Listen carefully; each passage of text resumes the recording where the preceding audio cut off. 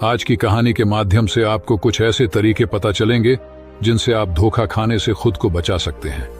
भावनात्मक रूप से कमजोर आदमी का लोग हमेशा फायदा उठाते रहते हैं। हम सब ने देखा होगा, अपने आसपास जो भी इंसान नर्म दिल का होता है, यानी कि भावनात्मक रूप से करुणावान होता है, वह अपनी करुणा से बस दूसरों की सहायता तो कर देता है, लेकिन बदले में उसे हमेशा धोखा ही मिलता है। तो क्या एक इंसान को भावनात्मक नहीं होना चाहिए? क्या उसे दूसरों पर भरोसा नहीं करना चाहिए? दूसरों की सहायता नहीं करनी चाहिए? क्या करुणावान और संवेदनशील होना गुनाह है? कोई गलती है? पाया तो यह जाता है कि कोई संवेदनशील आदमी दिल का अच्छा होता है, दूसरों की सहायता करता है, दूसरों का ख्याल रखता है, दूसरों से प्रेम करता है। प्रेम भी तो एक संवेदना ही है, वह भी तो एक भावना का रूप है। तो क्या प्रेम करना भी गलत हो जाता है? और यह तो आप सबको पता होगा कि प्रेम तो आध्यात्मिक साधना का एक बहुत महत्वपूर्ण कदम है। तो किस प्रकार एक इंसान समाज में संवेदनशील, करुणावान और दयालु, यानी कि एक अच्छा आदमी बनकर रह सकता है, ताकि लोग उसका फायदा भी ना उठा पाए और वह अपने मन की अच्छाई, अपने मन की कोमलता, करुणा सब कुछ बरकरार भी रख सके। एक बार एक युवा लड़का जंगल के पेड़ों पर मुक्के मार रहा था। वह बड़े जोर जोर से मुक्के मार रहा था। वह अपने मन का गुस्सा निकालने की कोशिश कर रहा था। शायद उसको किसी ने धोखा दिया था या फिर उसके साथ बहुत बुरा हुआ था, जिससे वह बहुत ज्यादा परेशान था। उसे कहीं भी शांति नहीं मिल रही थी। वह लगातार उस पेड़ पर मुक्का मार रहा था, जिससे उसकी उंगलियां लहूलुहान हो चुकी थी। उसी जंगल में एक शीतल पानी का झरना था। वहां पर एक भिक्षु रोज संध्या समय स्नान करने आया करते थे। यह उनका नित्य का नियम था। आज जब वह भिक्षु इस रास्ते से स्नान करने के लिए उस जंगल में आया, तो उसने उस लड़के की हालत देखी। वह जोर जोर और लगातार मुक्के मारे जा रहा था। उस लड़के के आसपास कोई मौजूद नहीं था। इससे उस भिक्षु को उस युवक की चिंता होने लगी। उसने सोचा कि कहीं मैं इसे ऐसे ही छोड़ दूं और कहीं ये आत्महत्या कर ले। तो ऐसे विचार आने के बाद भी वह कुछ नहीं बोला और लगातार उस युवक की तरफ देखे जा रहा था। भिक्षु एकदम चुपचाप खड़ा हुआ था। उसने युवक से कुछ नहीं बोला, कुछ नहीं कहा, बस वह उसको लगातार देखता रहा। कुछ देर तक तो उस युवक ने उस भिक्षु को नजरअंदाज किया, लेकिन कुछ देर बाद उसे अजीब सा लगने लगा। उसने सोचा, ना तो यह मुझे रोक रहा है और ना ही कुछ कह रहा है, यह तो बस मुझे देखे जा रहा है। इसका क्या मतलब है? बड़ा अजीब आदमी है। ऐसे ही विचार उस लड़के के मन में उठने लगे थे। जब कुछ देर बाद भी वह भिक्षु कुछ नहीं बोला, तो लड़के ने अचानक से उससे पूछा कि महाशय, आप अपने रास्ते क्यों नहीं चले जाते? आपको क्या मतलब? आप खड़े हुए मुझे देख क्यों रहे हैं? भिक्षु ने बड़े शांत स्वर में कहा कि मैं तुम्हें रोक नहीं रहा हूं, तुमसे कुछ कह नहीं रहा हूं, तो मुझसे तुम्हें क्या परेशानी है? मेरे ही तरह है।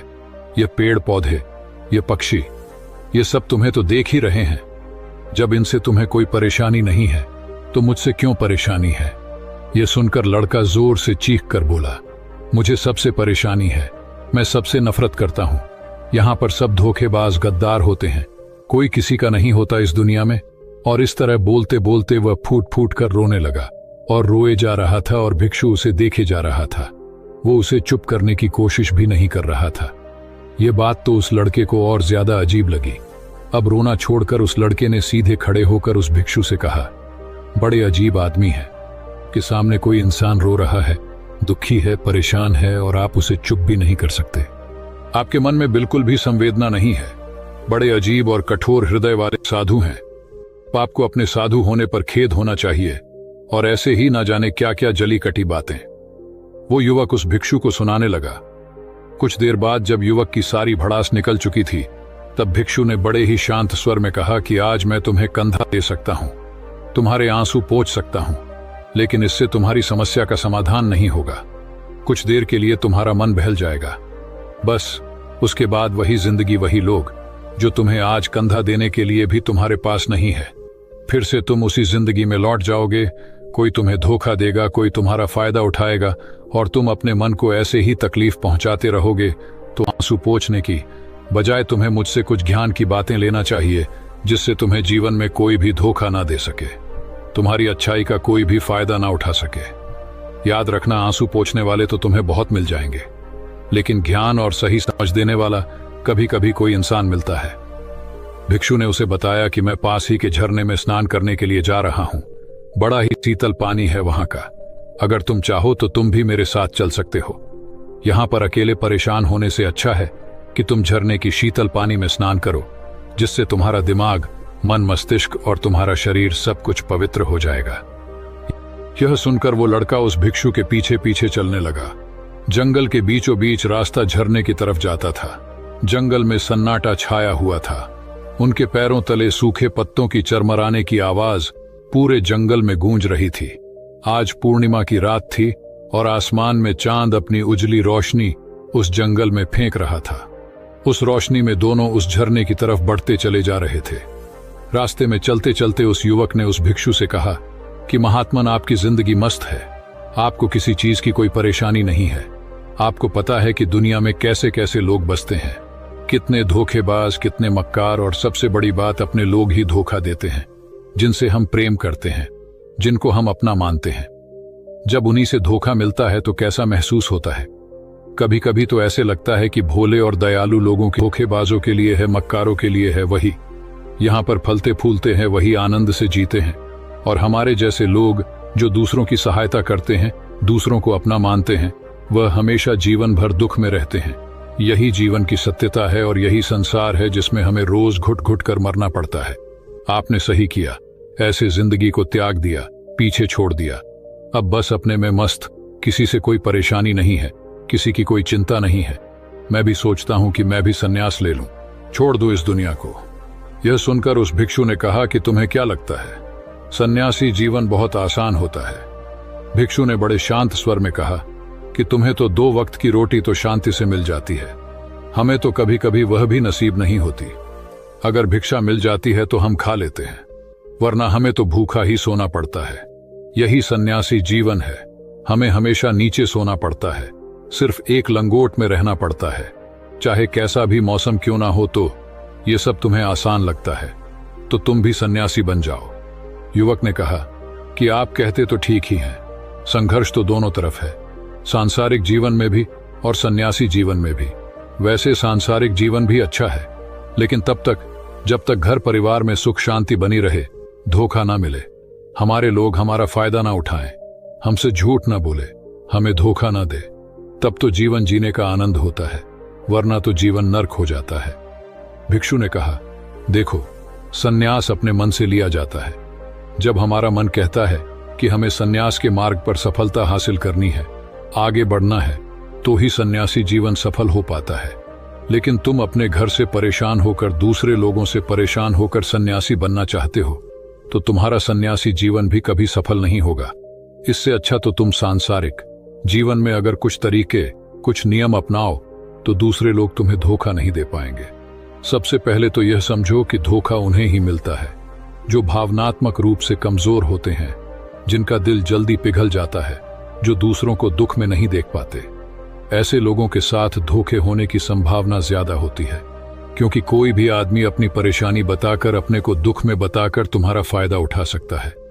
क्या पता वह झूठ बोल रहा हो, वह दुखी होने का अभिनय कर रहा हो, लेकिन आपको तो सच ही लगेगा।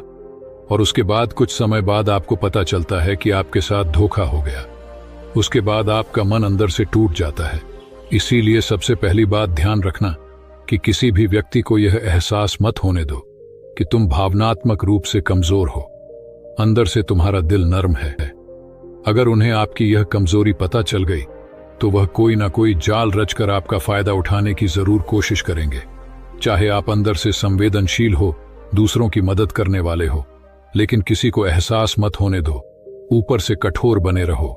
जब लोगों को लगेगा कि इससे कुछ बोलने का फायदा ही नहीं है, ये आदमी कठोर है, नहीं पिघलेगा, तो खुद ब खुद वो लोग जो झूठे हैं, जो मक्कार हैं, वो आपके पास आएंगे ही नहीं। वो उन्हें चुनेंगे जो उनके आसान शिकार होंगे। दूसरी बात समझने की ये होती है कि हम बहुत जल्दी दूसरों पर विश्वास कर लेते हैं, और हमारी जल्दी विश्वास करने की आदत ही हमें हानि पहुंचाती है।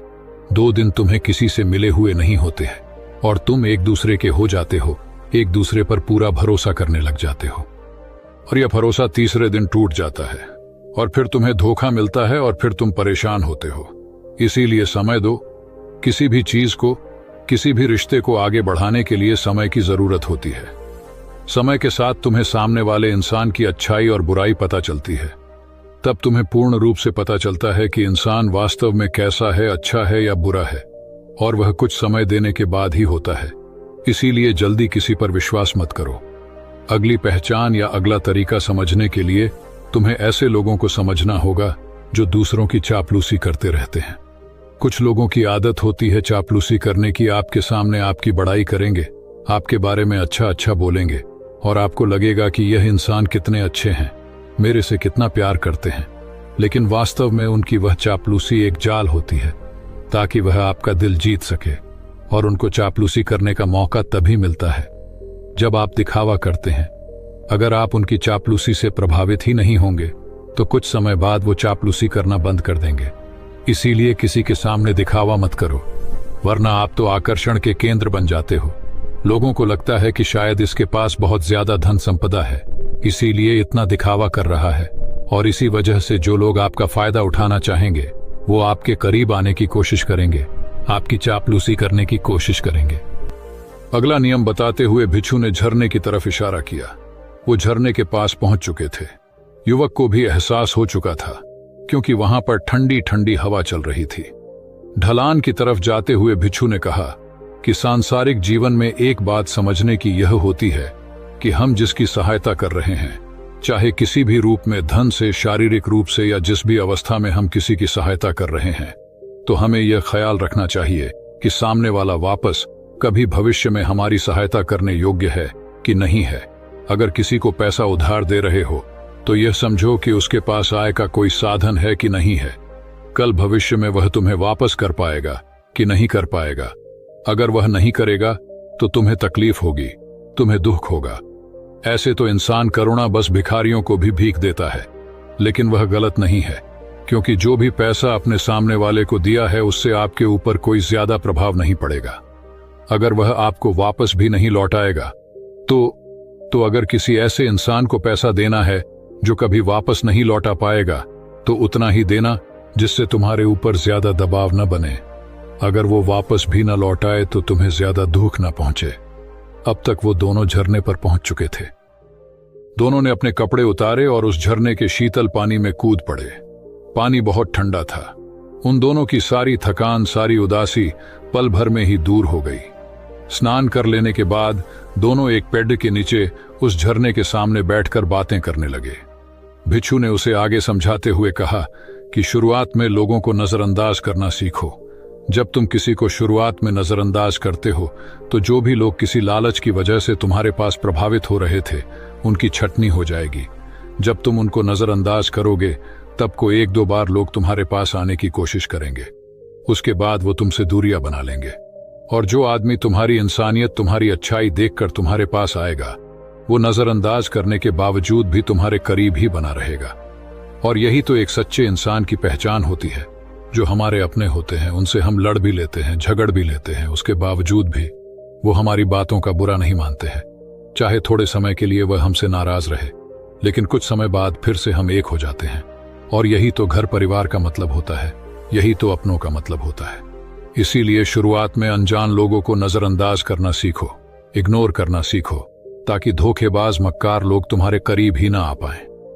अपने इस वार्तालाप को खत्म करते हुए भिक्षु ने अपनी आखिरी बात बताते हुए कहा कि ये आखिरी सीख सबसे ज्यादा महत्वपूर्ण है। सब कुछ होने के बाद भी तुम्हें धोखे मिल सकते हैं, लेकिन तुम अगर अपने आंख और कान और अपना दिमाग खोल कर रखते हो, अगर तुम होश में रहोगे, ध्यान करोगे, तो तुम्हें इंसान की आंखें देखते ही समझ में आ जाएगा कि उसे तुमसे क्या चाहिए। तुम उसकी इच्छा और उसका स्वभाव उसकी आंखों में ही पढ़ सकते हो। लोगों की आंखों में, उनकी वाणी में, उनके स्वभाव में उनका सब कुछ दिखाई देता है। बस हम ही अपनी आंखें मूंद कर रहते हैं।